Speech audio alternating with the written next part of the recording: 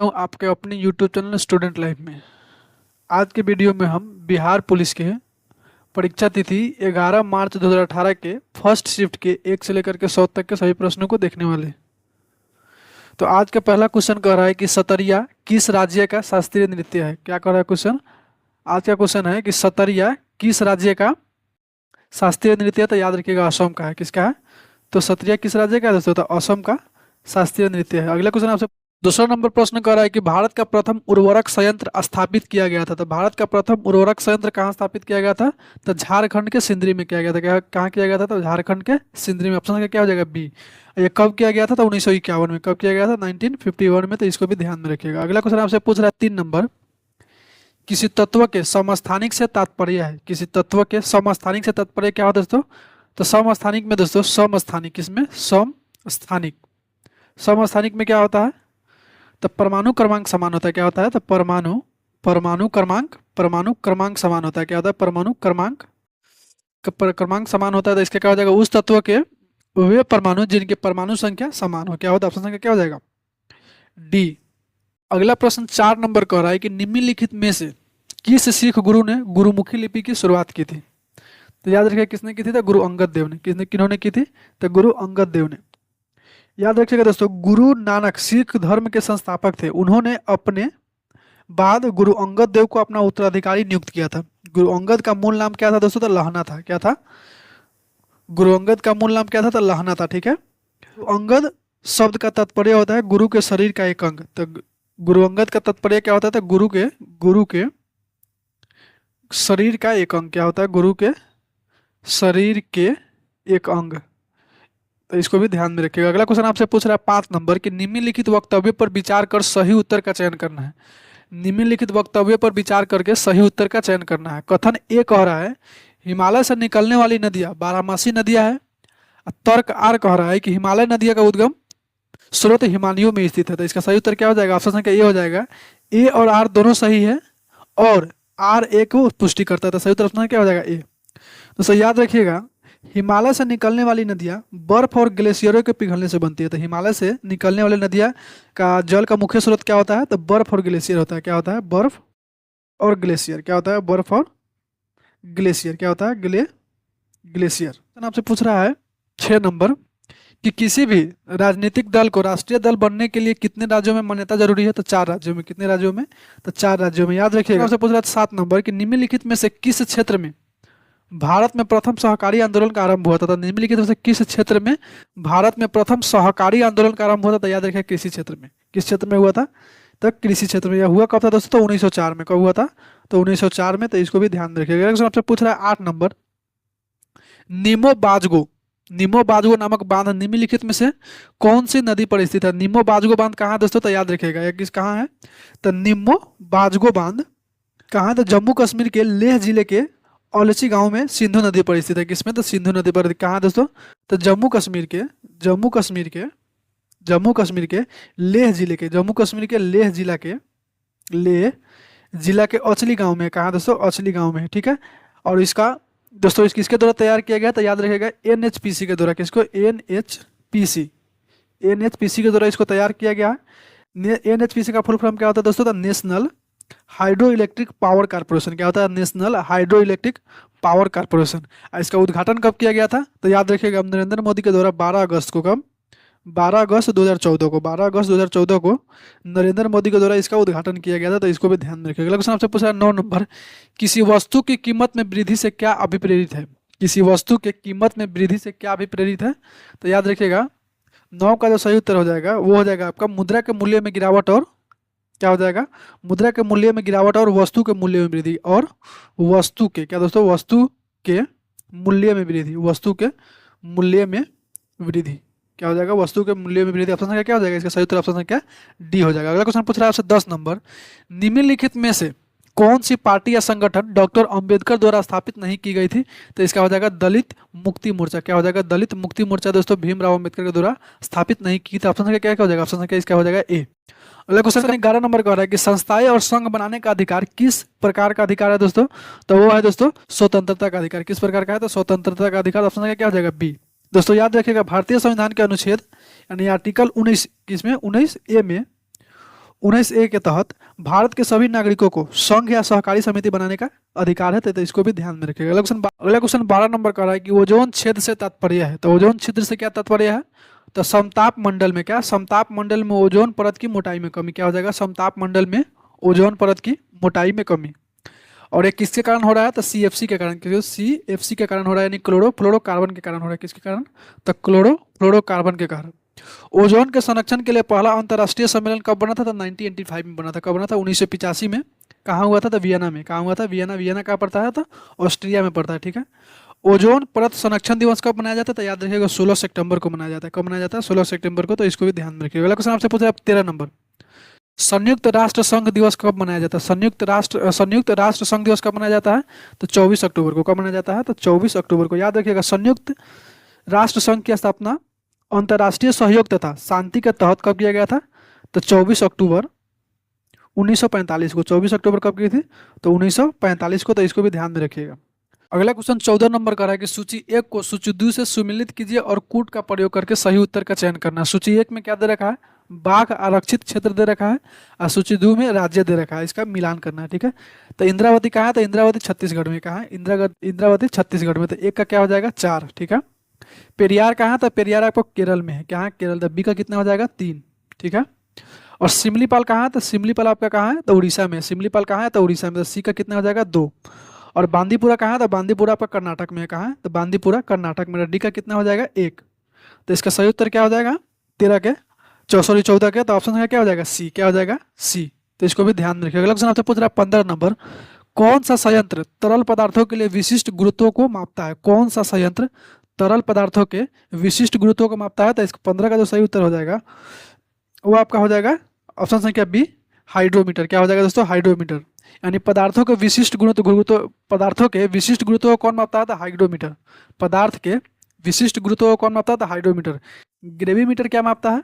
तो ग्रेविमीटर दोस्तों पानी की सतह पर तेल की उपस्थिति को मापता है। कौन किसको मापता है? तो पानी की सतह पर तेल की उपस्थिति को मापता है। तेल की उपस्थिति को, ठीक है। और हाइग्रोमीटर किसको मापता है? हाइग्रोमीटर। तो हाइग्रोमीटर के बारे में याद रखिएगा, ये वायुमंडल में व्याप्त आर्द्रता को मापता है। तो इसको मापता है दोस्तों? हाइग्रोमीटर। तो आर्द्रता को मापता है। किसको मापता है? तो आर्द्रता को, ठीक है। और हिप्सोमीटर किसको मापता है? तो समुद्र तल से ऊंचाई को ज्ञात करता था। हिप्सोमीटर कहता है समुद्र तल से ऊंचाई को ज्ञात करता है। तो इसको भी ध्यान में रखिएगा। अगला क्वेश्चन 16 नंबर क्वेश्चन का है कि सूची 1 को सूची 2 से सुमिलित कीजिए। पहले सूची में उद्योग और दूसरा में अवस्थिति दे रखा है, ठीक है। इसको मिलान करना है। तो रेलवे उपकरण उद्योग कहाँ है दोस्तों? तो रेलवे उपकरण उद्योग आपका भिलाई में है। कहाँ? भिलाई कहाँ पड़ता है? तो छत्तीसगढ़ में। कहाँ पड़ता है? छत्तीसगढ़ में, ठीक है।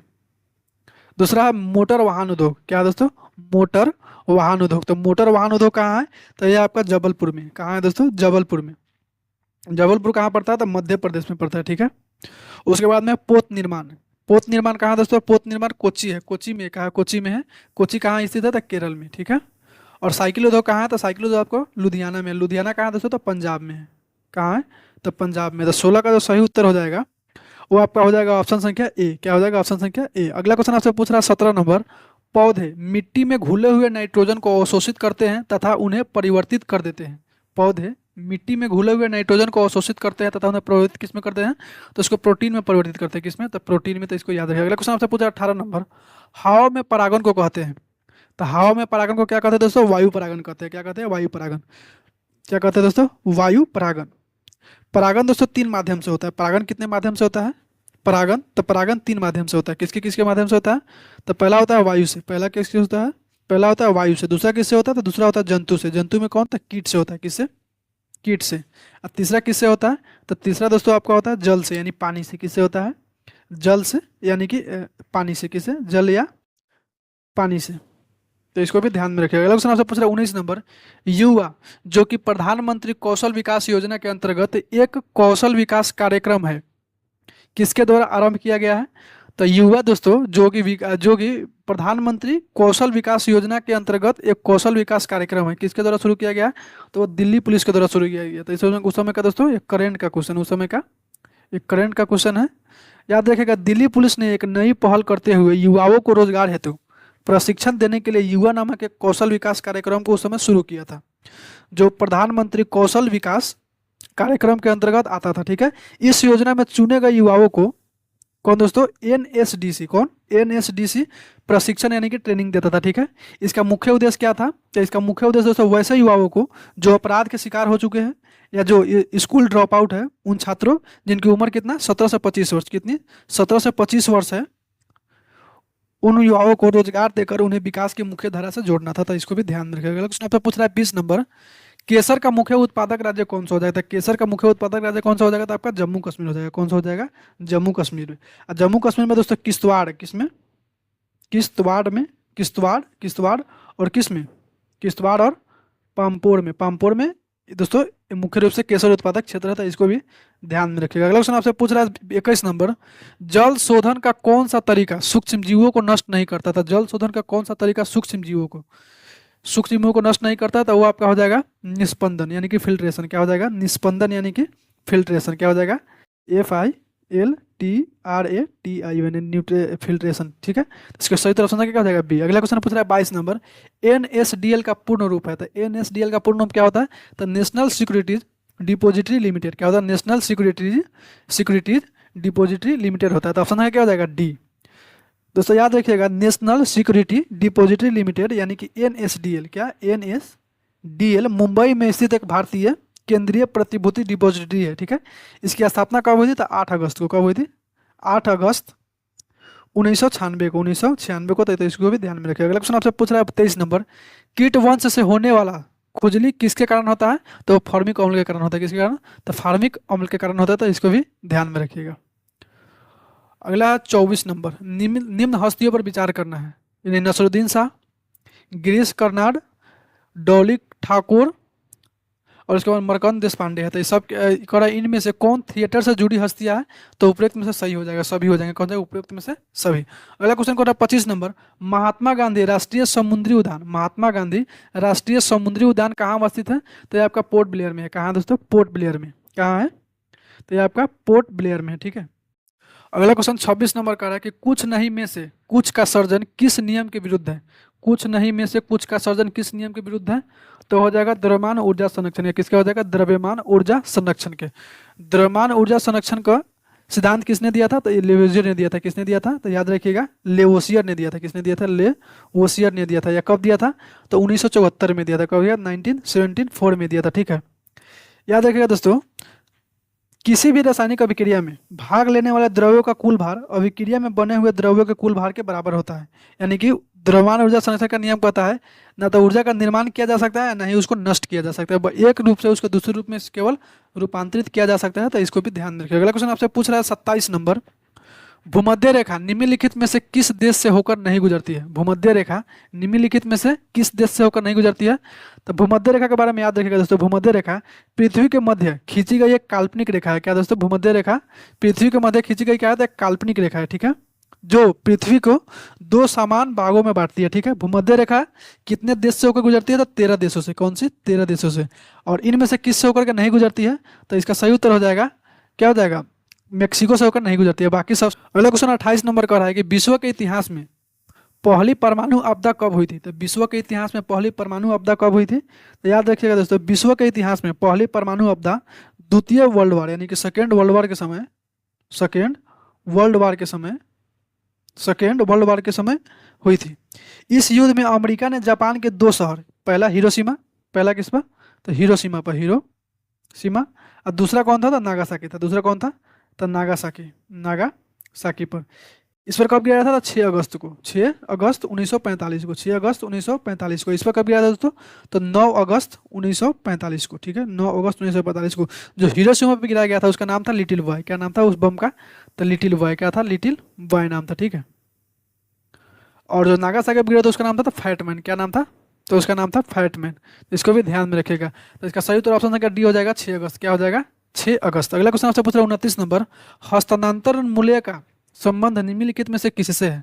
तो हस्तांतरण मूल्य का संबंध निम्नलिखित में से किससे है, तो एक खाते से दूसरे खाते में पैसे के हस्तांतरण करने से। किसे, तो एक खाते से दूसरे खाते में पैसा के हस्तांतरण करने से। ऑप्शन क्या हो जाएगा, डी। अगला क्वेश्चन का 30 नंबर, भारत के किस राज्य में सर्वाधिक सिंचाई ट्यूबवेल यानी नलकूप किसके द्वारा ट्यूबवेल यानी कि नलकूप के द्वारा होता है, तो याद रखिएगा ये उत्तर प्रदेश में होता है। राजस्थान और मध्य प्रदेश में किसके द्वारा होता है, तो इसमें नहर के द्वारा होता है, तो इसको भी ध्यान में रखिएगा। ठीक है, अगला क्वेश्चन पूछ रहा है 31 नंबर, गौतम बुद्ध के संवादों की यानी कि बातचीत की भाषा क्या थी, तो याद रखिएगा वो भाषा क्या थी, पाली थी। क्या थी, पाली थी, तो इसको भी ध्यान में रखिएगा। तो याद रखिएगा दोस्तों, गौतम बुद्ध के संवादों की भाषा क्या थी, पाली थी। ज्ञान प्राप्ति के बाद गौतम बुद्ध ने अपना पहला उपदेश कहाँ दिया था, तो सारनाथ में दिया था। कहाँ दिया था, सारनाथ में दिया था। दोस्तों इसको क्या बोलते हैं, तो इसको धर्म चक्र प्रवर्तन बोलते हैं। इसको क्या बोलते हैं, धर्म चक्र प्रवर्तन। क्या बोलते हैं, धर्म चक्र प्रवर्तन के नाम से भी जाना जाता है। श्रावस्ती में गौतम बुद्ध ने सबसे अधिक उपदेश दिए थे, तो श्रावस्ती में सबसे अधिक उपदेश कहाँ दिए थे, तो श्रावस्ती में दिए थे। कहाँ दिए थे, तो श्रावस्ती में सबसे अधिक उपदेश दिए थे। ठीक है, तथा उस समय कौशल का राजा, उस समय कौशल का राजा कौन था दोस्तों, कौशल की राजधानी श्रावस्ती थी, या कौशल का राजा कौन था, तो उस समय प्रसेनजीत था। कौन था, प्रसेनजीत था। कौन था, प्रसेनजीत। अब बुद्ध की मृत्यु कब हुई थी, तो 473 बीसी में हुई थी। कब से, 473 बीसी में। और कहाँ हुई थी, तो ये आपको हुई थी कुशीनगर में। कहाँ हुई थी, कुशीनगर में। कुशीनगर में, तो इसको भी याद रखिएगा। और इसको बौद्ध धर्म में क्या बोलते हैं, तो महापरिनिर्वाण बोलते हैं। क्या बोलते हैं, महापरिनिर्वाण बोलते हैं, निर्वाण। तो इसको भी ध्यान में रखिएगा। अगला क्वेश्चन आपसे पूछ रहा है 32 नंबर, विश्व एड्स दिवस निम्नलिखित में से किस तारीख को मनाया जाता था। विश्व एड्स दिवस निम्नलिखित में से किस तारीख को मनाया जाता है, तो आपको 1 दिसंबर को मनाया जाता है। कब मनाया जाता था, 1 दिसंबर को। 12 जनवरी को क्या मनाया जाता था, राष्ट्रीय युवा दिवस। क्या मनाया जाता है, राष्ट्रीय युवा दिवस। क्या मनाया जाता है, राष्ट्रीय युवा दिवस। युवा दिवस दोस्तों स्वामी विवेकानंद के जन्म दिवस के रूप में मनाया जाता है। 1 मई को क्या मनाया जाता है दोस्तों, 1 मई को याद रखिएगा, 1 मई को विश्व श्रमिक दिवस मनाया जाता है। क्या मनाया जाता है, तो विश्व श्रमिक दिवस। क्या मनाया जाता है, विश्व श्रमिक दिवस मनाया जाता है, तो इसको भी ध्यान में रखिएगा। अगला क्वेश्चन 33 नंबर का हो रहा है कि निम्नलिखित में से कौन रक्षा मंत्रालय का एक विभाग है।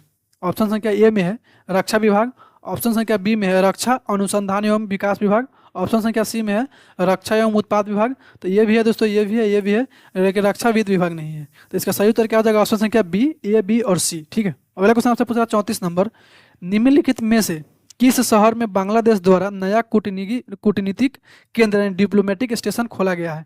तो उस समय का एक करंट का क्वेश्चन है, उस समय का करंट का क्वेश्चन है। तो इसका सही उत्तर हो जाएगा चेन्नई। क्या हो जाएगा, चेन्नई में।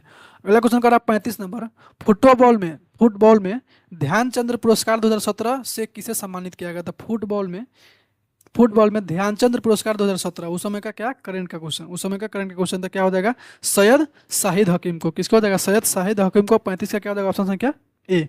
अगला क्वेश्चन आपसे पूछ रहा है 36 नंबर, बंगाल के विभाजन को रद्द किया था। तो बंगाल के विभाजन को किसने रद्द किया था, तो हार्डिंग द्वितीय ने किया था। किसने किया था, हार्डिंग द्वितीय ने किया था। याद रखिएगा 1911 में। कब किया था, तो 1911 में। ठीक है, आप बंगाल का विभाजन किया किसने था, तो कर्जन ने किया था। कर्जन ने किया था, किसने किया था, तो कर्जन ने। या कब किया था, तो 1905 में। तो इसको भी ध्यान में रखिएगा। अगला क्वेश्चन आपसे पूछ रहा है 37 नंबर, कितना नंबर, 37 नंबर। कह रहा है भारतीय रॉकेट से छोड़े गए विश्व का सबसे छोटा अंतरिक्ष यान का नाम क्या है, तो हो जाएगा दोस्तों स्प्राइट्स हो जाएगा। क्या हो जाएगा, स्प्राइट्स। इसको किससे छोड़ा गया था, तो PSLV यानी पोलर सैटेलाइट लॉन्च व्हीकल के द्वारा। ठीक है, या उस समय का किसका था। अगला क्वेश्चन 38 नंबर कह रहा है कि भारत में पहली बार किसने वार्षिक आय को अनुमानित किया था। दादा भाई नौरोजी। कब किया था, तो 1868 में। ठीक है, 1868 में। और उन्होंने उस समय प्रति व्यक्ति आय कितने रुपए बताई थी, तो 20 रुपये बताई थी। ठीक है, 20 रुपये। इनकी एक प्रसिद्ध पुस्तक है दोस्तों, याद रखिएगा क्या है, तो poverty and on British rule in India. तो इसको भी ध्यान में रखिएगा। अगला क्वेश्चन आपसे पूछ रहा है 39 नंबर, फ्रंटियर गांधी किसे कहा जाता है दोस्तों, फ्रंटियर गांधी। तो फ्रंटियर गांधी किसे कहा जाता है, अब्दुल गफार खान खाना को, अब्दुल गफार खाना को कहा जाता है। ठीक है, इनको दोस्तों सीमांत गांधी के नाम से भी जाना जाता है। क्या गांधी से, तो सीमांत गांधी के नाम से, सीमांत गांधी के नाम से भी जाना जाता है।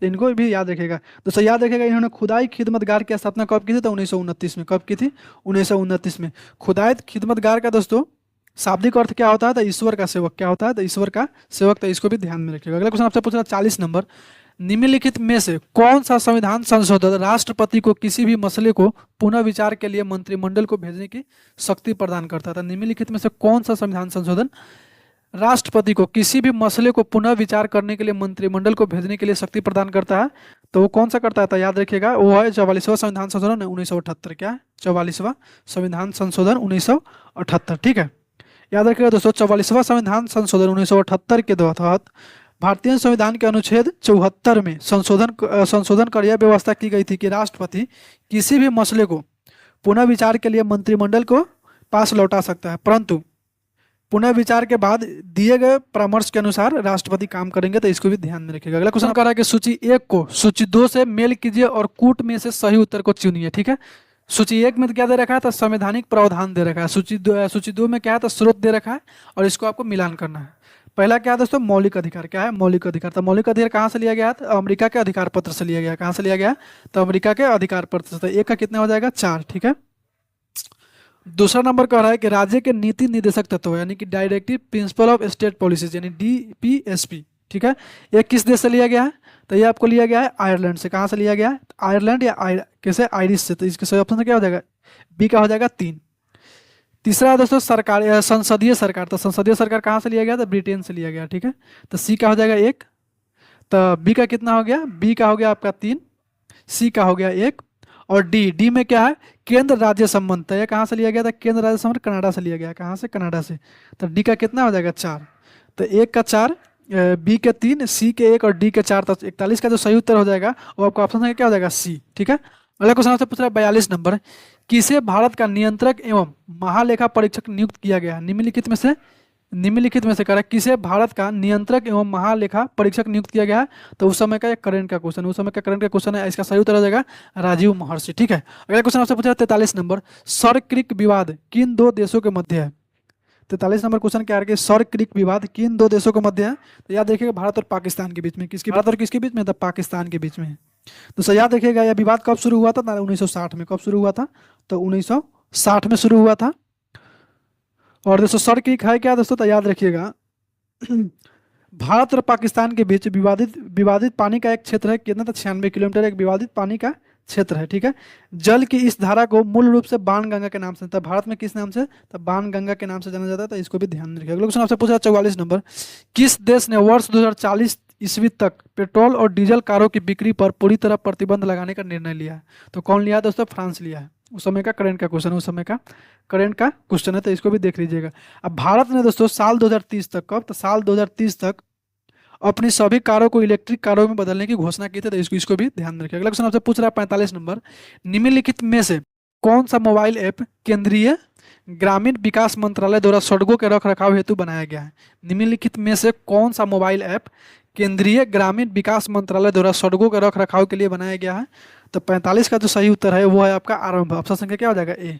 अगला क्वेश्चन आपसे पूछ रहा है 46 नंबर, भारत के किस राज्य को यूएन पब्लिक सर्विस अवार्ड से सम्मानित किया गया था। भारत के किस राज्य को, उस समय का, यह करंट का क्वेश्चन है। उस समय का सब किसका, तो करंट का क्वेश्चन है। इसका सही उत्तर हो जाएगा पश्चिम बंगाल। किसको, पश्चिम बंगाल को। अगला क्वेश्चन आपसे पूछ रहा है 47 नंबर, ग्लोबल हंगर इंडेक्स, क्या दोस्तों, ग्लोबल हंगर इंडेक्स यानी GHI, क्या दोस्तों, ग्लोबल हंगर इंडेक्स निम्नलिखित में से किसके द्वारा प्रकाशित किया जाता है।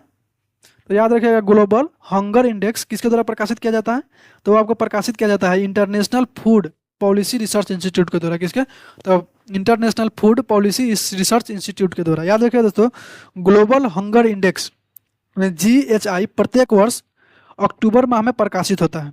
वैश्विक भूखमरी सूचकांक 2022 में भारत 121 देशों की श्रेणी में से 6 स्थान से फिसल कर कितना, तो 107वें स्थान पर आ गया था। तो इसको भी ध्यान रखिए। उस समय का किसका, तो उस समय का ये दोस्तों करंट का क्वेश्चन। अगला क्वेश्चन आपसे पूछ रहा है 48 नंबर, नांगल किसके लिए जाना जाता है।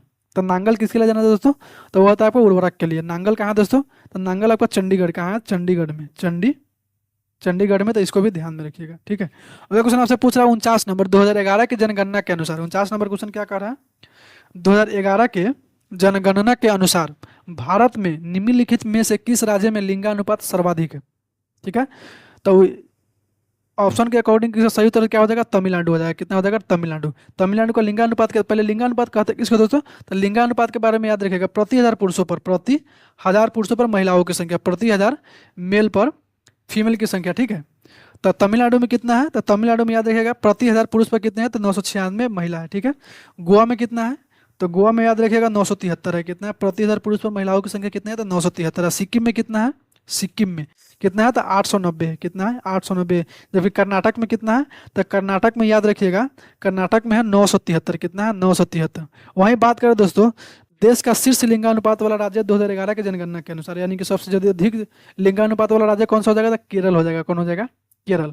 इसका लिंगानुपात कितना है दोस्तों? तो 1084 है, यानी कि प्रति 1000 पुरुष पर महिलाओं की संख्या कितनी है? तो 1084, यानी कि 84 अधिक ही है। ठीक है, तो इसको भी ध्यान में रखिएगा। अगला क्वेश्चन आपसे पूछ रहा है 50 नंबर, लूसी दुनिया का सबसे बड़ा ज्वालामुखी विस्फोट किस द्वीप पर है?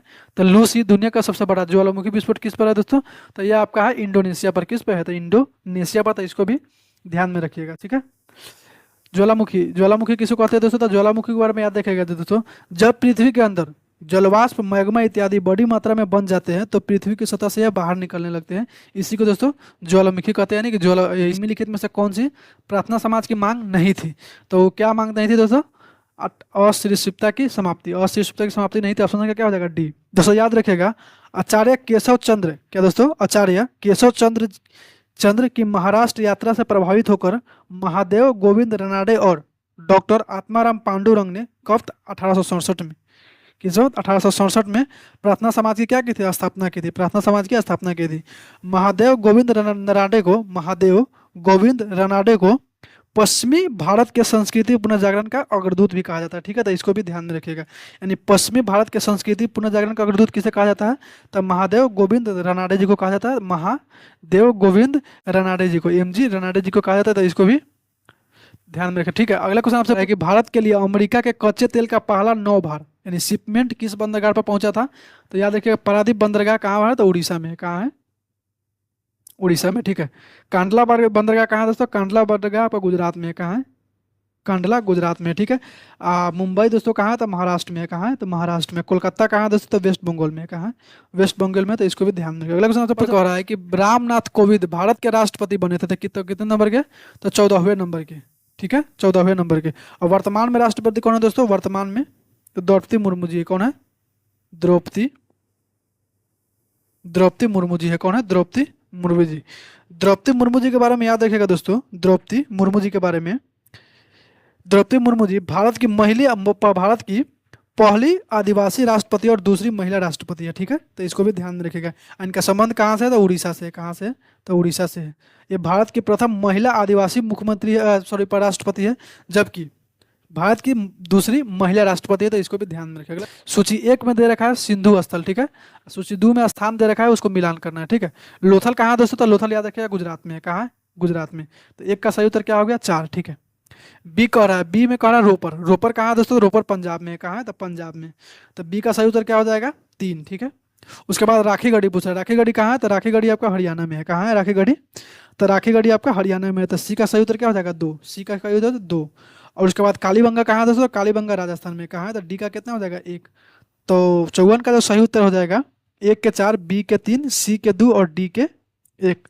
तो 54 का जो सही उत्तर हो गया, ऑप्शन है क्या हो गया? बी। ठीक है, अगला क्वेश्चन आपसे पूछ रहा है 55 नंबर, भारत के संविधान के उद्देशिका यानी प्रस्तावना के बारे में निम्नलिखित में से कौन सा कथन सही है? कथन ए कह रहा है कि उद्देशिका स्वयं न्यायालय में परिवर्तनीय नहीं है। तो ये सही है। उद्देशिका उन उद्देश्यों को बताता है जिन्हें संविधान स्थापित करना और आगे बढ़ाना चाहता है। गलत हो जाएगा। ठीक है, ऑप्शन सी कह रहा है उद्देशिका उस स्रोतों को इंगित करता है, उद्देशिका उस स्रोतों को इंगित करता है जहां से संविधान अपना प्राधिकार प्राप्त करता है। तो ये भी क्या हो जाएगा? सही हो जाएगा। कह नीचे दिए हुए कूट का प्रयोग करके सही उत्तर का चयन करना था। ए और सी सही उत्तर है। तो ऑप्शन संख्या क्या हो जाएगा? इसका सही उत्तर ऑप्शन संख्या क्या हो जाएगा? सी। 55 का सही उत्तर क्या हो जाएगा? 55 का जो सही उत्तर हो जाएगा ऑप्शन संख्या सी। ठीक है, तो इसको भी ध्यान में रखिएगा। अगला क्वेश्चन आपसे पूछ रहा है 56 नंबर, निम्नलिखित में से कौन सा कथन पेटेंट के संदर्भ में सही नहीं है? पेटेंट के संदर्भ में। ठीक है, तो इसका जो सही उत्तर हो जाएगा ऑप्शन संख्या सी, वह अनंत समय के लिए किया जाता है। ऑप्शन संख्या क्या हो जाएगा? सी इसका सही उत्तर हो जाएगा। अगला क्वेश्चन है 57 नंबर, ब्रह्मपुत्र नदी अपने स्रोत से लेकर डेल्टा तक गुजरती है। ब्रह्मपुत्र नदी अपने स्रोत से लेकर डेल्टा तक गुजरती है। निकलता कहाँ से? तिब्बत से। तिब्बत, उसके बाद चीन। कहाँ से निकलता है दोस्तों? तिब्बत से। कहाँ से निकलता है? तिब्बत से। ठीक है, तिब्बत के बाद में वो कहाँ घुसती है दोस्तों? तिब्बत के बाद में दोस्तों चीन में जाती है। चीन के बाद कहाँ आती है? तो भारत में आती है। भारत में। ठीक है, अब भारत के बाद कहाँ आती है दोस्तों? तो भारत के बाद में चला जाती है बांग्लादेश में। कहाँ चला जाती है? बांग्लादेश में। तो इसका सही उत्तर हो जाएगा चीन, भारत और बांग्लादेश। क्या हो जाएगा? ऑप्शन क्या क्या हो जाएगा? जो 57 के सी। 57 का सही उत्तर क्या हो जाएगा? 57 का जो सही उत्तर ऑप्शन क्या हो जाएगा? सी। दोस्तों याद रखिएगा, ब्रह्मपुत्र नदी मानसरोवर के पास सांगपो आंगसी ग्लेशियर से निकलती है।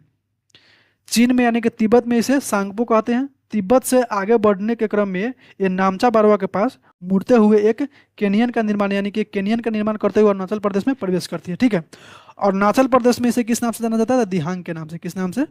तो दिहांग के नाम से जाना जाता है, ठीक है। उसके बाद असम होते हुए यह बांग्लादेश में प्रवेश करती है, तो इसको असम में किस नाम से जाना जाता है? तो असम में इसको याद रखिएगा ब्रह्मपुत्र के नाम से जाना जाता है। किस नाम से? तो ब्रह्मपुत्र के नाम से जाना जाता है, ठीक है। यह बांग्लादेश में असम के रास्ते बांग्लादेश में प्रवेश करती है, जहाँ इसे जमुना कहा जाता था। बांग्लादेश में क्या कहा जाता है? बांग्लादेश में इसको क्या कहा जाता था? जमुना। क्या कहा जाता है? जमुना, ठीक है।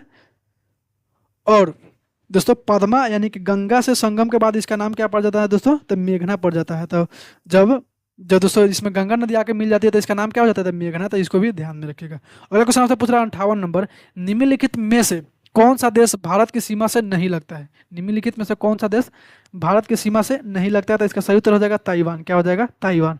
59 नंबर कह रहा है कि यूनेस्को का डायरेक्टर जनरल कौन है? यूनेस्को का डायरेक्टर जनरल कौन है? तो उस समय का दोस्तों ये करंट का क्वेश्चन है। इसका सही उत्तर क्या हो जाएगा? आंद्रे एंजोले। क्या हो जाएगा? आंद्रे एंजोले। दोस्तों यूनेस्को के बारे में याद रखिएगा। यूनेस्को UNESCO, यूनेस्को, ठीक है।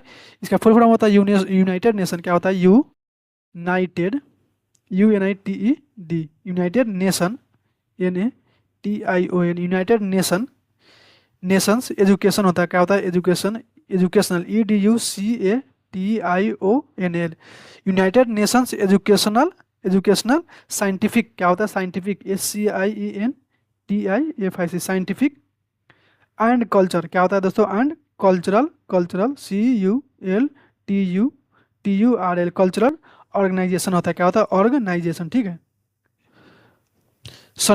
यूनेस्को के बारे में याद रखें तो यूनेस्को संयुक्त राष्ट्र संघ का एक घटक यानी निकाय है, ठीक है, जिसका काम शिक्षा, पर्यावरण व समाज विज्ञान, संस्कृति तथा संचार के माध्यम से अंतर्राष्ट्रीय शांति को बढ़ावा देना है, ठीक है। यूनेस्को का गठन कब किया गया था? 4 नवंबर को। कब किया गया था? तो 4 नवंबर 1945 को। 4 नवंबर 1945 को इसका गठन किया गया था। और 1946 में 1946 में दोस्तों यूनेस्को का सदस्य भारत कब बना था? तो 1946 में। कब बना था? तो 1946 में यूनेस्को का सदस्य भारत बना था। यूनेस्को का मुख्यालय कहाँ है? तो फ्रांस की राजधानी पेरिस में। कहाँ है? फ्रांस की राजधानी पेरिस में है। तो इसको भी ध्यान में रखिएगा, ठीक है। अगला क्वेश्चन आपसे पूछ रहा है 60 नंबर, किस राजनीतिक दल ने द कोएलिशन ईयर्स नामक 1996 से 12 नामक पुस्तक लिखी है? तो 60 का जो सही उत्तर हो जाएगा वो हो जाएगा आपका प्रणब मुखर्जी। कौन हो जाएगा दोस्तों? प्रणब मुखर्जी। याद रखिए दोस्तों, प्रणब मुखर्जी 2012 से, कब से? 2012 से 2017 तक भारत के राष्ट्रपति के रूप में काम कर चुके हैं। 13वें नंबर के राष्ट्रपति थे। तो इनको भी ध्यान में रखिएगा। अगला क्वेश्चन आपसे पूछ रहा है 61 नंबर, लोकतंत्र के बारे में निम्नलिखित कथनों पर विचार करें। लोकतंत्र के बारे में निम्नलिखित कथनों पर विचार करना है, ठीक है। कथन ए में कह रहा है कि इनमें लोगों द्वारा निर्वाचित सरकार का गठन होता था। ये तो सही हो जाएगा, ठीक है। बी में कह रहा है कि लोकतंत्र में वर्तमान में सत्तासीन लोगों के हारने की संभावना काफी होती है। ये भी सही हो जाएगा। प्रत्येक मत का मूल्य एक ही होता है। ये भी सही हो जाएगा। इसका सही उत्तर ऑप्शन क्या हो जाएगा? बी, ए, बी और सी तीनों, ठीक है। अगला क्वेश्चन कह रहा है 62 नंबर, सकल घरेलू उत्पाद को किसके सभी के मूल्य के रूप में परिभाषित किया जाता है?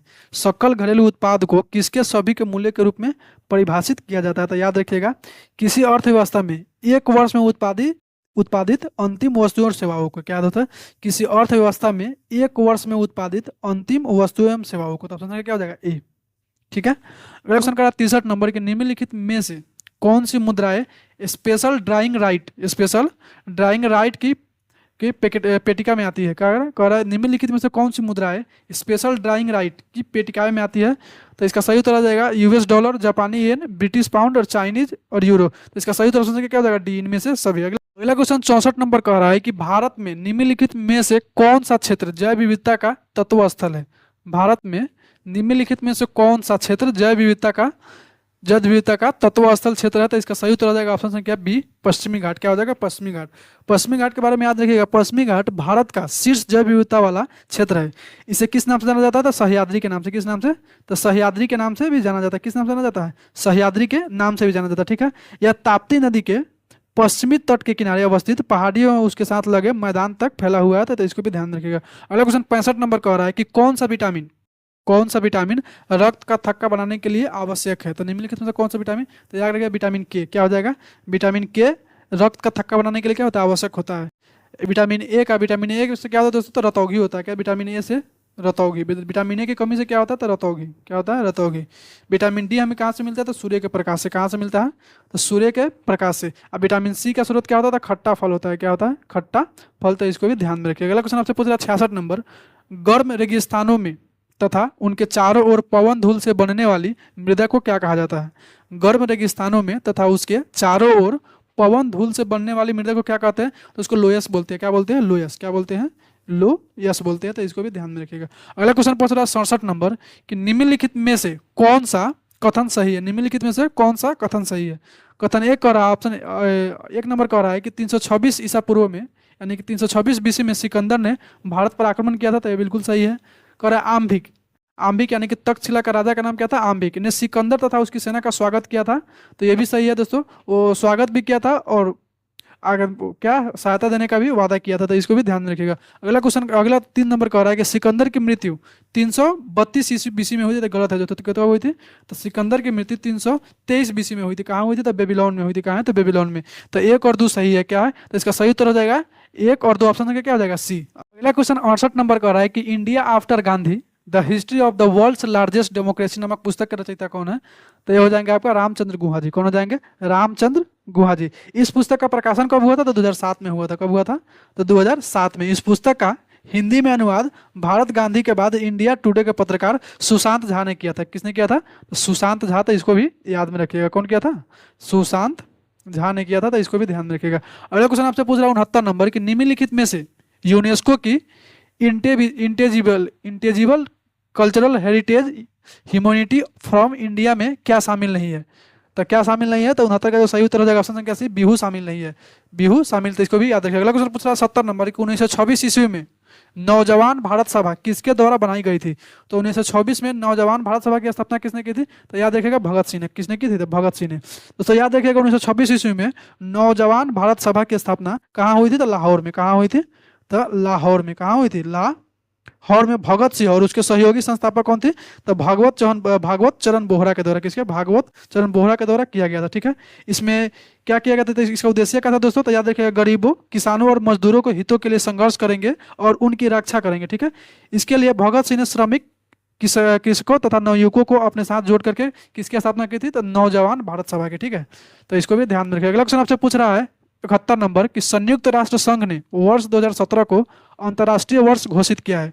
संयुक्त राष्ट्र संघ ने वर्ष 2017 को अंतर्राष्ट्रीय वर्ष घोषित किया है। तो इसका सही उत्तर हो जाएगा पर्यटन का सतत विकास के लिए। ऑप्शन क्या हो जाएगा? ऑप्शन क्या? ए, पर्यटन का सतत विकास के लिए। खतरे का क्या हो जाएगा? ऑप्शन क्या हो जाएगा? ए।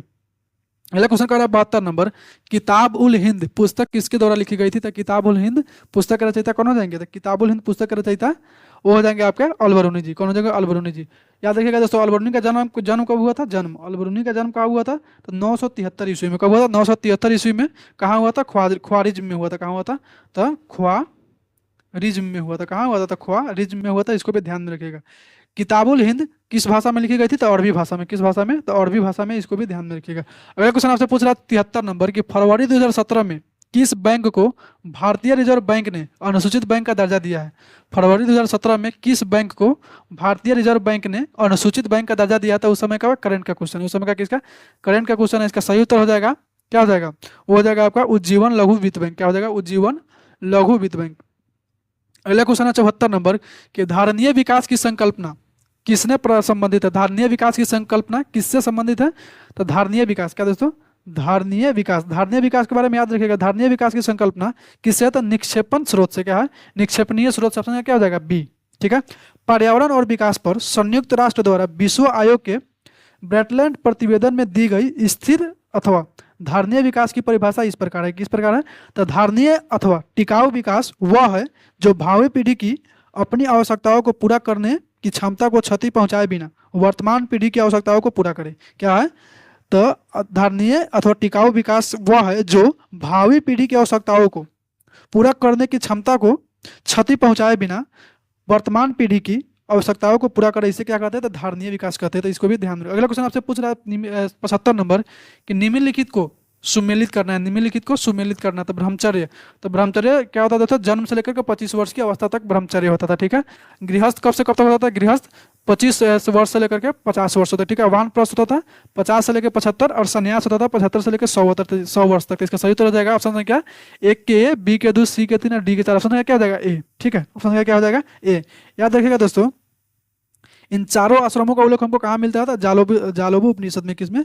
तो जाबलो उपनिषद में। किसमें? जाबलो निषद में मिलता है, तो इसको भी ध्यान ध्यान में रखिएगा। जाबलो निषद में हमको किसका आता है, चारों आश्रमों का उल्लेख मिलता है। अगला क्वेश्चन आपसे पूछ रहा है 76 नंबर, क्या कह रहा है 76 नंबर कि निम्नलिखित में से किन्हें ऊर्जा संग्रहण के लिए इस्तेमाल किया जाता है। निम्नलिखित में से किसे ऊर्जा संग्रहण के लिए इस्तेमाल किया जाता है। संपीड़ित वायु यानी कि कंप्रेस्ड एयर, स्प्रिंग, बैटरी, संधारित। इसका सही उत्तर हो जाएगा ऑप्शन संख्या डी, ए बी सी और डी, इनमें से सभी हो जाएगा। अगला क्वेश्चन कर रहा है 77 नंबर, ब्लू चिप कंपनी क्या है। ब्लू चिप कंपनी क्या है, 77 नंबर क्या कह रहा है, ब्लू चिप कंपनी क्या है। तो ब्लू चिप कंपनी क्या होता है दोस्तों, तो ब्लू चिप कंपनी राष्ट्रीय स्तर पर मान्यता प्राप्त होती है तथा आर्थिक रूप से मजबूत कंपनी होती है। क्या होती है, तो राष्ट्रीय स्तर पर मान्यता प्राप्त होती है और आर्थिक रूप से क्या होती है, मजबूत कंपनी होती है। तो इसका सही उत्तर हो जाएगा आर्थिक रूप से मजबूत होती है, ऑप्शन क्या हो जाएगा बी। अगला क्वेश्चन आपसे पूछ रहा है 78 नंबर कि राजस्व में रैयतवाड़ी प्रयोग का प्रारंभ किसके द्वारा शुरू किया गया था। राजस्व में रैयतवाड़ी प्रयोग का प्रारंभ किसके द्वारा किया गया था, तो अलेक्जेंडर रीड के द्वारा किया गया था। किसके द्वारा, तो अलेक्जेंडर रीड के द्वारा। कब किया गया था, तो 1792 में। कब किया गया था, तो 1792 में। सबसे पहले कहाँ किया गया था, तो मद्रास में। कहाँ किया गया था, तो मद्रास के 12 महल में। कहाँ किया गया था, मद्रास के 12 महल में। कहाँ किया गया था, 12 महल जगह पर, ठीक है। तो और इसमें भू राजस्व कितना लिया जाता था, 1/2 यानी कि आधा लिया जाता था, 50% लिया जाता था। इसको भी ध्यान में रखिएगा। अगला क्वेश्चन 79 नंबर कह रहा है कि निम्नलिखित में से कौन सी आग्नेय चट्टान नहीं है। निम्नलिखित में से कौन सी आग्नेय चट्टान नहीं है, तो इसका सही उत्तर हो जाएगा सेल। क्या हो जाएगा दोस्तों, सेल आग्नेय चट्टान नहीं है। बाकी सब दोस्तों आग्नेय चट्टान है। आग्नेय चट्टान के बारे में याद रखिएगा दोस्तों, जब ज्वालामुखी से निकलने वाली मैग्मा या लावा ठंडा हो जाती है, ठीक है, तो वो ठोस अवस्था में परिवर्तित हो जाती है और इसी से किसका निर्माण होता है, तो आग्नेय चट्टान का निर्माण होता है, ठीक है। आग्नेय चट्टान को प्राथमिक चट्टान भी कहा जाता है। तो आग्नेय चट्टान को क्या कहा जाता है, तो प्राथमिक चट्टान। क्या कहा जाता है, प्राथमिक चट्टान के क्या कहते हैं, तो प्राथमिक चट्टान भी कहा जाता है, ठीक है। इन चट्टानों में निकल, क्या दोस्तों, तो निकल क्या किसकी अधिकता होती है, क्या क्या पाया जाता है, तो निकल पाया जाता है। उसके बाद आपका जिंक होता है, फिर आपका तांबा होता है। क्या होता है, तांबा होता है। फिर क्या होता है दोस्तों, शीशा होता है। क्या होता है, शीशा होता है। मैग्नीज होता है और प्लेटिनियम आदि पाया जाते हैं। यह चट्टान रेवेदार होते हैं तथा इनमें जीवाश्म नहीं पाया जाता। तो इसमें क्या नहीं पाया जाता, तो जीवाश्म नहीं पाया जाता, जीवाश्म नहीं पाया जाता। तो इसको भी ध्यान में रखिएगा, ठीक है। अगला क्वेश्चन 80 नंबर का हो रहा है कि महिला क्रिकेट आईसीसी विश्व कप 2017 किस देश ने जीता है। तो महिला क्रिकेट आईसीसी विश्व कप 2017 को इंग्लैंड जीता है। कौन जीता है दोस्तों, तो इंग्लैंड जीता है। कौन जीता है, इंग्लैंड। कौन जीता है, तो इंग्लैंड जीता है। इसको ध्यान में रखिएगा दोस्तों। याद रखिएगा महिला क्रिकेट विश्व कप 2017 का फाइनल मैच भारत और किसके बीच में था, तो इंडिया और इंग्लैंड के बीच में था। किसके, तो भारत और किसके बीच में, तो इंग्लैंड के बीच में था। जीता कौन था दोस्तों, तो इंग्लैंड जीता था, ठीक है। यह हुआ कहाँ था, तो लॉर्ड्स के मैदान में हुआ था। लॉर्ड्स के कहाँ हुआ था, तो लॉर्ड्स के मैदान में इंग्लैंड में ही हुआ था। कहाँ हुआ था, तो इंग्लैंड में ही हुआ था, ठीक है। भारत को हराकर इंग्लैंड ने चौथी बार विश्व खिताब जीता है। तो इसको भी ध्यान में रखिएगा दोस्तों। आईसीसी महिला क्रिकेट वर्ल्ड कप 2022 कब, तो 2022 का खिताब कौन जीता है, तो ऑस्ट्रेलिया जीता है। क्यों जीता है, तो ऑस्ट्रेलिया जीता है। तो इसको भी ध्यान में रखिएगा। किसे हराकर, तो न्यूजीलैंड को। किसको हराकर, न्यूजीलैंड के। तो इसको भी ध्यान में रखिएगा। अगला क्वेश्चन 81 नंबर का हो रहा है कि निम्नलिखित में से कौन सा एक रासायनिक परिवर्तन का उदाहरण है। निम्नलिखित में से कौन सा एक रासायनिक परिवर्तन का उदाहरण है। तो रासायनिक परिवर्तन के बारे में याद रखिएगा दोस्तों। रासायनिक परिवर्तन में पदार्थ अपनी पूर्ववर्तित यानी कि पहले वाली अवस्था में नहीं आ सकता है, ठीक है, और नए पदार्थ में बदल जाता है। यानी कि रासायनिक परिवर्तन में होता है क्या है, तो पुरानी अवस्था को छोड़ करके पदार्थ का एक नई अवस्था आ जाता है, ठीक है। और नए पदार्थ के गुण भी पूरी तरह से क्या होते हैं, अलग होते हैं, ठीक है। जैसे इसमें हो जाएगा दोस्तों, कागज का जलना क्या है, तो रासायनिक कागज का जलना क्या है, तो एक रासायनिक परिवर्तन है, ठीक है। बाकी नर्म लोहे का चुंबकित होना, जल में शक्कर का घुलना और जल में बर्फ के घनों का बनना, ये सब दोस्तों भौतिक परिवर्तन है। क्या है सब ये सब भौतिक परिवर्तन है। क्या है, तो भौतिक परिवर्तन है। और दोस्तों कागज का जलना क्या था, रासायनिक परिवर्तन। तो इसका सही तो क्या हो जाएगा, ऑप्शन संख्या ए। अगला क्वेश्चन 82 नंबर का हो रहा है कि निम्नलिखित में से किसने विश्व का सबसे लंबा 100 जीबीपीएस तकनीक आधारित अंतर समुद्री प्रणाली आरंभ किया। निम्नलिखित में से किसने विश्व का सबसे लंबा 100 जीबीपीएस तकनीक आधारित अंत समुद्र प्रणाली आरंभ किया। तो इसका सही उत्तर हो जाएगा दोस्तों रिलायंस। क्या हो जाएगा, रिलायंस। कौन हो जाएगा, रिलायंस। रिलायंस किसका दोस्तों, तो मुकेश अंबानी का। किसका है, तो मुकेश अंबानी का है। तो इसको भी ध्यान में रखिएगा। अगला क्वेश्चन 83 नंबर का हो रहा है कि निम्नलिखित में से कौन अंतर्राज्यीय परिषद का गठन करता है। निम्नलिखित में से कौन अंतर्राज्यीय परिषद का गठन करता है, तो वो करता है आपका कौन करता है, तो आपका राष्ट्रपति करता है। कौन करता है दोस्तों, राष्ट्रपति। भाई याद रखिए दोस्तों, भारतीय संविधान के कितना, तो भारतीय संविधान के अनुच्छेद 263 में, किसमें 63 में अंतर्राज्यीय परिषद के गठन का प्रावधान है, ठीक है। इसका गठन राष्ट्रपति करता है, ठीक है। राष्ट्रपति द्वारा 1990 में, कब, तो 1990 में पहली बार 1990 में पहली बार अंतर्राज्यीय परिषद का गठन किया गया था। ठीक है, इस परिषद का अध्यक्ष कौन होता है? तो इस परिषद का अध्यक्ष क्या अध्यक्ष कौन होता है? तो याद रखिएगा देश का प्रधानमंत्री होता है। कौन होता है? देश का प्रधानमंत्री। तो इसको भी ध्यान में रखिएगा। अगला क्वेश्चन 84 नंबर कह रहा है कि कौन से आईआईटी संस्था में एमबीए पाठ्यक्रम को शामिल करने की योजना है? तो हो जाएगा आपका खड़गपुर में। कहाँ हो जाएगा दोस्तों? खड़गपुर में। अगला क्वेश्चन आपसे पूछ रहे 85 नंबर, विश्व का सबसे बड़ा बौद्ध मंदिर कहाँ है? विश्व का सबसे बड़ा बौद्ध मंदिर कहाँ है? तो आपका इंडोनेशिया में। कहाँ है? तो इंडोनेशिया में। कहाँ है? तो इंडोनेशिया में। दोस्तों याद रखिएगा विश्व का सबसे बड़ा बौद्ध मंदिर कहाँ दोस्तों? बोरोबुदर इंडोनेशिया में। कहाँ? बोरोबुदर इंडोनेशिया के मध्य जावा प्रांत में स्थित है। यह 5 वर्गाकार चबूतरा पर बना हुआ है जिसमें 3 का ऊपर भाग वृत्ताकार है। इसका निर्माण 9वीं शताब्दी में। कब दोस्तों? तो 9वीं सदी में। इसका निर्माण 9वीं सदी में शैलेंद्र राजवंश के कार्यकाल में हुआ था। ठीक है, और 1991 में कब? तो 1991 में इसको, ठीक है, यूनेस्को की विश्व विरासत स्थल में शामिल किया गया था। तो इसको भी ध्यान में रखिएगा। अगला क्वेश्चन आपसे पूछा 86 नंबर की हड़प्पा स्थल किस नदी तट पर स्थित है? हड़प्पा स्थल किस नदी तट पर स्थित है? तो आपका हो जाएगा रावी। कौन हो जाएगा दोस्तों? रावी। रावी नदी के तट पर स्थित है। याद रखिए दोस्तों हड़प्पा स्थल कहाँ है? तो पाकिस्तान के पंजाब प्रांत के माटगुमारी जिला में रावी नदी के तट पर स्थित है। ठीक है, 1921 में इसकी खोज किसने की थी? तो 1921 में। कब? तो 1921 में इसकी खोज किसने की थी? तो दयाराम सोहनी जी ने। किन्होंने की थी? तो दया राम सोहनी जी ने इसकी खोज की थी। दयाराम सोहनी जी ने इसकी खोज की थी। ठीक है, निर्देशन कौन था दोस्तों? तो सर जॉन मार्शल के निर्देशन में इसको खोजा गया था। ठीक है, यहाँ से मजदूरों के आवास, उर्वरता की देवी की मूर्ति, तांबे की इक्का गाड़ी, गेहूं एवं जौ के दाने इत्यादि मिले हैं। तो इसको भी ध्यान में रखिएगा। अगला क्वेश्चन 87 नंबर का रहा है कि KNO3 रासायनिक सूत्र है। KNO3 किसका है? तो इसका पोटेशियम नाइट्राइट हो जाएगा। क्या हो जाएगा ऑप्शन? क्या? D potassium nitrite. Silver nitrate का क्या हो जाएगा दोस्तों? AgNO3। क्या हो जाएगा? AgNO3 क्या है? तो सिल्वर नाइट्रेट है। ठीक है, और आपको सिल्वर क्लोराइड पूछे तो क्या हो जाएगा? AgCl। क्या हो जाएगा? AgCl। ठीक है, और सिल्वर डाइऑक्साइड पूछे, सिल्वर डाइऑक्साइड, तो इसको लिखते हैं Ag2O। सिल्वर ऑक्साइड है Ag2O। क्या है दोस्तों? Silver oxide. तो इसको भी ध्यान में रखिएगा। 88 नंबर का रहा है कि निम्नलिखित में से कौन सा सही नहीं है? तो इसका सही उत्तर हो जाएगा दोस्तों फंगस स्वापोषी नहीं है। फंगस स्वापोषी नहीं है। दोस्तों याद रखिएगा फंगस जो दोस्तों अपने भोजन के लिए सड़े गले मृत कार्बनिक पदार्थों पर निर्भर होता है। तो क्या होता है दोस्तों?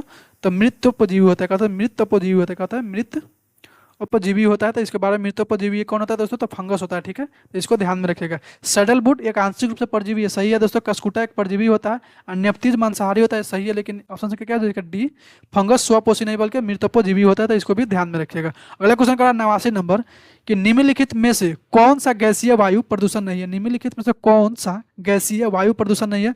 सल्फर डाइऑक्साइड बिल्कुल है। नाइट्रोजन का ऑक्साइड ये भी है। हाइड्रोकार्बन दोस्तों क्या होता है? हाइड्रोकार्बन ईंधन होता है। क्या दोस्तों? ईंधन होता है। हाइड्रोकार्बन क्या होता है? ईंधन होता है। और धुआं दोस्तों, धुआं भी क्या है? तो ये भी वायु प्रदूषण है। तो इसका सही उत्तर क्या जाएगा? ऑप्शन संख्या सी। क्या हो जाएगा? ऑप्शन संख्या सी। अगला क्वेश्चन का 90 नंबर कि निम्नलिखित में से किस राज्य ने ऑपरेशन दुर्गा नामक कार्यक्रम महिला सुरक्षा के लिए आरंभ किया है? निम्नलिखित में से किस राज्य ने ऑपरेशन दुर्गा नामक कार्यक्रम महिला सुरक्षा के लिए आरंभ किया है? तो इसका सही उत्तर हो जाएगा दोस्तों, इसका सही उत्तर हो जाएगा हरियाणा। क्या हो जाएगा? हरियाणा। हरियाणा का याद रखिएगा दोस्तों, ऑपरेशन दुर्गा हरियाणा सरकार द्वारा महिलाओं के साथ होने वाली छेड़छाड़ को रोकने के लिए शुरू किया गया था। ठीक है, ऑपरेशन दुर्गा दोस्तों यूपी के, ऑपरेशन दुर्गा यूपी के, क्या दोस्तों? यूपी के ऑपरेशन एंटी रोमियो के तर्ज पर आधारित था। ठीक है, जो राज्य में मनचलों के खिलाफ क्या करता था? कार्रवाई करता था। इसको 91 नंबर कह रहा है कि सुनहरी यानी कि गोल्डन चावल है। सुनहरी यानी गोल्डन चावल क्या है? तो एक ट्रांसजेनिक है। क्या दोस्तों? ट्रांसजेनिक चावल की किस्म जिसमें कैरोटीन, क्या दोस्तों? कैरोटीन के लिए जीन तत्व उपलब्ध है। तो सही उत्तर क्या ऑप्शन क्या इसका? सी हो जाएगा। क्या हो जाएगा? सी। अगला क्वेश्चन कह रहा है 92 नंबर, नीति आयोग के उपाध्यक्ष कौन है? नीति आयोग के उपाध्यक्ष उस समय का करंट का क्वेश्चन है। उस समय का किसका है? तो करंट का क्वेश्चन है। तो नीति आयोग के उपाध्यक्ष कौन थे? तो राजीव कुमार थे। कौन थे? राजीव कुमार। तो इसको भी ध्यान में रखिए। अगला क्वेश्चन आपसे पूछ रहा है 93 नंबर की भारत के राष्ट्रीय कैलेंडर का यह पहला मास है। यानी कि भारत के राष्ट्रीय कैलेंडर का पहला मास कौन सा होता है? तो वो होता है आपका चैत्र होता है। कौन? चैत्र होता है। क्या होता है? चैत्र। तो 93 का तो सही उत्तर क्या हो जाएगा? ऑप्शन संख्या क्या हो जाएगा? ऑप्शन संख्या डी हो जाएगा, चैत्र। ठीक है, अगला क्वेश्चन आपसे पूछ रहा है 94 नंबर की मानव रक्त में पीएच साधारणतः कितना होता है? मानव रक्त में पीएच साधारणतः कितना होता है? तो होता है 7.5 से लेकर 8। कितना होता है? 7.85 से लेकर के 8 के बीच में होता है। ठीक है, रक्त क्या है दोस्तों? ब्लड। रक्त यानी क्या है? तो रक्त क्या होता है दोस्तों? एक तरल संयोजी उत्तक होता है। क्या होता है? तरल संयोजी उत्तक होता है। संयोजी उत्तक होता है, तरल संयोजी उत्तक होता है। तो इसको भी ध्यान में रखिएगा दोस्तों। याद रखिएगा मानव रक्त का पीएच कितना होता है? तो 7.5 से लेकर 8 पॉइंट होता है, ठीक है, कि बीच में होता है। मानव में कुल भार, मानव के कुल भार का कितना प्रतिशत ब्लड होता है, तो 7% होता है। कितना होता है, तो मानव शरीर के कुल भार का 7% ब्लड होता है, ठीक है। ऐसे औसतन कितना होता है, तो 5 से 6 लीटर होता है। कितना, 5 से 6 लीटर औसतन होता है, तो इसको भी ध्यान में रखिएगा। अगला क्वेश्चन आपसे पूछ रहा है 95 नंबर, पुस्तक I do what I do, I do what I do on reform rhetoric and resolve के रचयिता कौन है। तो पुस्तक I do what I do on reform rhetoric and resolve के रचयिता कौन है। तो 95 का जो सही उत्तर हो जाएगा वो हो जाएगा आपका रघुराम राजन जी। कौन हो जाएगा, रघुराम राजन जी। ऑप्शन का क्या हो जाएगा, 95 के डी। क्या हो जाएगा, 95 के डी। तो इसको भी ध्यान में रखिएगा। अगला क्वेश्चन आपसे पूछा 96 नंबर कि जब एक अर्थव्यवस्था स्फीति यानी कि महंगाई दबाव से गुजर रही हो तो क्या उपाय अपनाना चाहिए। जब एक अर्थव्यवस्था महंगाई यानी कि स्फीति दबाव से गुजर रही है तो क्या अपनाना चाहिए, तब प्रत्यक्ष कर को बढ़ा देना चाहिए। क्या कर देना चाहिए, तो क्या कर देना चाहिए, तब प्रत्यक्ष करों को बढ़ा देना चाहिए, ठीक है। दोस्तों याद रखिएगा, जब एक अर्थव्यवस्था स्फीति दबाव से गुजर रही हो तो प्रत्यक्ष करों को क्या करना चाहिए, बढ़ा देना चाहिए, जिससे अर्थव्यवस्था में क्या होता है, संतुलन बन सके, ठीक है। मुद्रास्फीति से बाजार की वस्तुएं महंगी हो जाती है। मुद्रास्फीति का कारण क्या होता है दोस्तों, मुद्रा का प्रसार होता है। क्या होता है, मुद्रा का प्रसार, जिससे लोगों की क्रय शक्ति बढ़ जाती है, जिसके फलस्वरूप क्या होता है, चीजों की मांग बढ़ जाती है। क्या होती है, चीजों की मांग बढ़ जाती है, ठीक है, चीजों की मांग बढ़ जाती है। तो इसको भी ध्यान में रखिएगा। इसका सही तो ऑप्शन क्या हो जाएगा, ए, केवल ए। 97 नंबर कह रहा है कि तेज क्या है। 97 नंबर कह रहा है कि तेज क्या है दोस्तों, तो तेज है कि डिजिटल पेमेंट ऐप है। क्या है, तेज क्या है, तो डिजिटल पेमेंट ऐप है। 97 का जो सही उत्तर हो जाएगा वो हो जाएगा आपका बी, ठीक है। अगला क्वेश्चन आपसे पूछ रहा है 98 नंबर कि निम्नलिखित में से कौन चंगेज खान का समकालीन था। निम्नलिखित में कौन चंगेज खान के समकालीन था। तो सुल्तान शमसुद्दीन इल्तुतमिश था। कौन था, सुल्तान शमसुद्दीन इल्तुतमिश। 98 का जो सही उत्तर हो जाएगा ऑप्शन क्या हो जाएगा, ए। अगला क्वेश्चन 99 नंबर कर रहा है कि NAFTA नाफ्टा, क्या NAFTA नहीं नाफ्टा, क्या नाफ्टा के सदस्य है। तो नाफ्टा के सदस्य कौन हो जाएगा, तो USA, कनाडा और मेक्सिको। कौन हो जाएगा, USA, कनाडा और मेक्सिको। दोस्तों याद रखिएगा, नाफ्टा उत्तर अमेरिका मुक्त व्यापार समझौता है। क्या है, तो उत्तरी अमेरिका मुक्त व्यापार समझौता है। इसके सदस्य कौन है, तो अमेरिका है, मेक्सिको और कनाडा के बीच में क्या था, एक व्यापार समझौता है। यह समझौता हुआ कब था, तो 1994 में। इसका मुख्य उद्देश्य था अमेरिका, कनाडा और मेक्सिको के बीच व्यापार एवं निवेश में आने वाली बाधाओं को दूर करके आर्थिक गतिविधियों को प्रोत्साहित करना था, ठीक है। हाल ही में नाफ्टा का नाम बदल दिया गया। उसका नया नाम क्या है दोस्तों, तो संयुक्त राज्य अमेरिका मेक्सिको कनाडा समझौता। क्या है, तो संयुक्त राज्य अमेरिका मेक्सिको और कनाडा समझौता है। तो इसको भी ध्यान रखिए। अगला क्वेश्चन आपसे पूछ रहा है 100 नंबर कि सुप्रीम कोर्ट यानी सर्वोच्च न्यायालय के निजता के अधिकार को संविधान के किस मूलभूत अधिकार के अधीन रखा गया है। सुप्रीम कोर्ट यानी कि सुप्रीम कोर्ट ने निजता के अधिकार को संविधान के किस मूलभूत अधिकार के अधीन रखा है। तो इसका सही उत्तर जाएगा था अनुच्छेद 21, अनुच्छेद 21 के तहत, ठीक है। अनुच्छेद 19 में क्या दोस्तों, तो बोलने की स्वतंत्रता। क्या है, बोलने की, क्या है, बोलने की स्वतंत्रता है। तो इसको भी ध्यान रखिएगा। अब 20-21 में क्या है, तो प्राण एवं दैहिक स्वतंत्रता। क्या है, तो प्राण एवं दैहिक स्वतंत्रता। इसको भी ध्यान में रखिएगा। तो वीडियो पसंद आया तो लाइक और चैनल को सब्सक्राइब कर दीजिएगा। धन्यवाद।